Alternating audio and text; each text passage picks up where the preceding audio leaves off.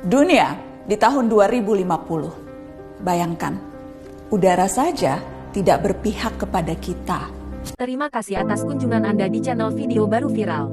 Jangan lupa like, subscribe, dan menekan tombol lonceng, agar Anda tidak ketinggalan video-video viral terbaru dari kami. Dunia di tahun 2050. Bayangkan, udara saja tidak berpihak kepada kita. Suhu memanas ekstrim. Sebagian orang terpaksa mendekam setiap hari di ruang ber-AC dengan handuk basah menyeka wajah. Mata terus berair, dan kita hanya dapat tertidur di setiap subuh karena cuma itu waktu yang cukup sejuk. Di luar tembok rumah kita, peningkatan suhu menyebabkan kekeringan parah di banyak belahan dunia.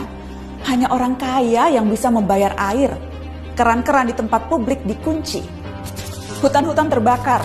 2 miliar orang berhadapan langsung dengan suhu yang bisa meroket sampai 60 derajat Celcius. Titik panas di mana tubuh manusia tak dapat bertahan lebih dari 6 jam. 2050, permukaan laut naik drastis menyebabkan badai ekstrim. Kota-kota pesisir tersapu pasang dan banjir menewaskan ribuan dan menggusur jutaan orang. Beberapa kota terpadat di dunia tenggelam, termasuk Alexandria, Kairo, Mumbai, Shanghai, Bangkok, dan tentu saja Jakarta. Orang-orang harus mengungsi ke tempat yang lebih tinggi. Setiap hari kita akan melihat foto rombongan keluarga mengarungi banjir.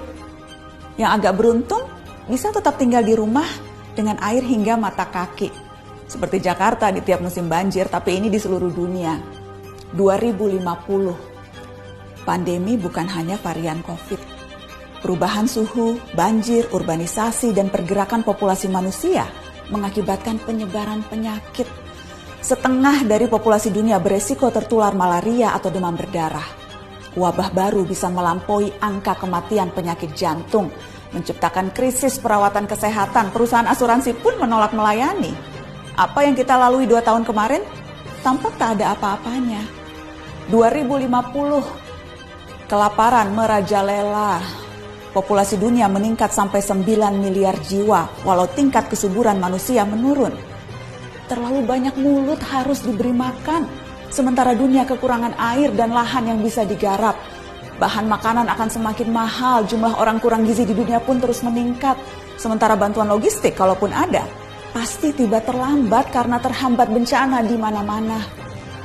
2050, hubungan internasional tak lagi akur. Setiap negara menjadi egois dan saling curiga. Perdagangan global macet karena negara-negara berhenti mengekspor dan memilih mempertahankan sumber daya mereka sendiri. Padahal jutaan orang butuh bermigrasi. Tapi banyak negara lockdown dan menjaga perbatasan dengan tentara. Sedikit kesalahpahaman akan menciptakan perang. Dan seperti biasanya, netizen lalu memperuncing keadaan dengan memenuhi media sosial dengan teori konspirasi dan video-video propaganda. Teman-teman, meski terdengar seperti naskah disaster movie, itu tadi tidak mengada-ngada, menghayal atau menakut-nakuti. Semua gambaran itu berbasis pada penelitian dan data-data saintifik. Hitungan skenario 2030, 2050, 2100 per tahun semuanya ada. Isu ini bahkan telah mempertemukan para pemimpin dunia, tak terkecuali Indonesia. Kemarin Presiden Jokowi hadir dalam KTT COP26, sebuah forum tingkat tinggi yang diikuti 197 negara. Mereka membicarakan masa depan, rencana untuk menghalangi skenario-skenario tadi terwujud. Memang sulit, karena masing-masing negara punya kepentingannya sendiri. Akan ada tarik ulur yang berbelit-belit, tapi kesepakatan harus dilaksanakan. Dunia harus melakukan pengurangan karbon secara progresif, mencapai target 0 emisi segera. Negara-negara maju yang secara historis lebih bertanggung jawab harus mau membantu pendanaan negara-negara lain untuk ikut memerangi krisis iklim. Dunia berpacu dengan waktu. Gelisah tidak akan menghalangi 2050 sampai di kalender kita. Kita harus serius mempelajari isu ini, termasuk mengawal kebijakan dan langkah-langkah pemerintah. Sorotan terhadap COP26 menegaskan Indonesia selama tinggal di planet yang sama tidak terbebas dari resiko maupun tanggung jawab. Ada yang bisa kita lakukan sebagai individu, tentu saja itu perlu. Namun rangkaian kebijakan negara yang berdampak signifikan Itu yang paling kita butuhkan, segera. Kita tak bisa memilih planet, tapi masa depan bisa.